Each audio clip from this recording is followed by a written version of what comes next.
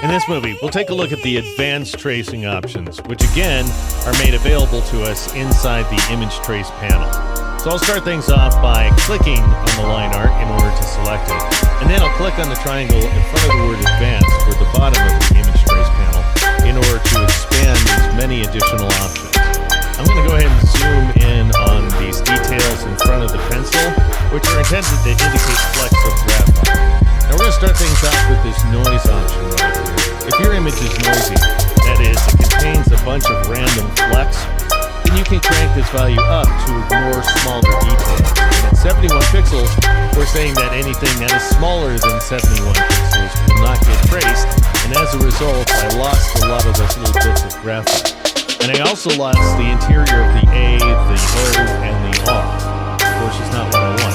And that's because this image is a very clean image, it's low noise, and that's largely a function of cleaning your scanner glass before you scan your artwork.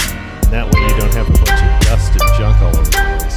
And so I'm going to take this noise value down to 5 pixels, press the Enter key or the Return key on the Mac in order to apply that change. After which point we'll see more flecks of graphite, and we'll see the interiors of those letters. Next we have this corners value here, and it decides the weighting between smooth points and corner points inside the traced artwork. And so let's say I'm not really liking all the little corners on the graphite once again, and throughout the rest of the art. Then I could go ahead and crank that value down to something like 10%, and that's going to give me a lot fewer corners than I had before. So of course, if you take it down to 0%, pretty much not going to have any corners at all. But at 10, we have much smoother results. Paths is going to determine the fidelity of the line art. How many paths are used? Notice down here at the bottom of the panel, we can see that we have 3,473 paths and a little more than 39,000 anchor points.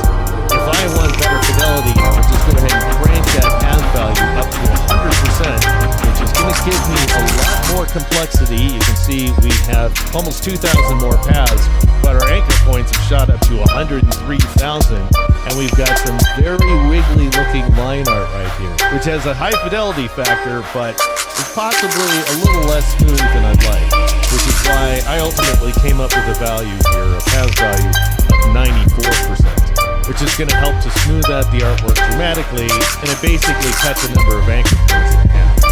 Alright, now notice snap curves to lines, that checkbox right there. What that's going to do is it's going to take slightly curving lines and it's going to make them straight. Now it doesn't make too much difference where this artwork is concerned. Notice I went ahead and turned the checkbox off. But it may make a difference with schematic artwork.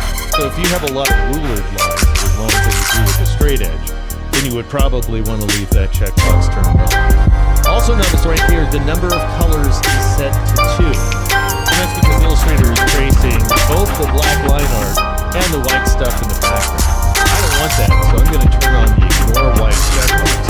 And that's going to reduce the number of colors, as you'll see in just a moment here, to 1. Alright, we also have this Create option, which will either create filled path outlines, as we're doing right now, or you can create stroke paths in addition or instead. And for now I'm going to leave that off because that really slows things down. But I will show you what that looks like in the future. And finally, we've got this method option, which allows illustrators to create overlapping path outlines. And while you may get slightly better results out of that, that's going to kick the number of colors back up to 2 because Illustrator is going to trace both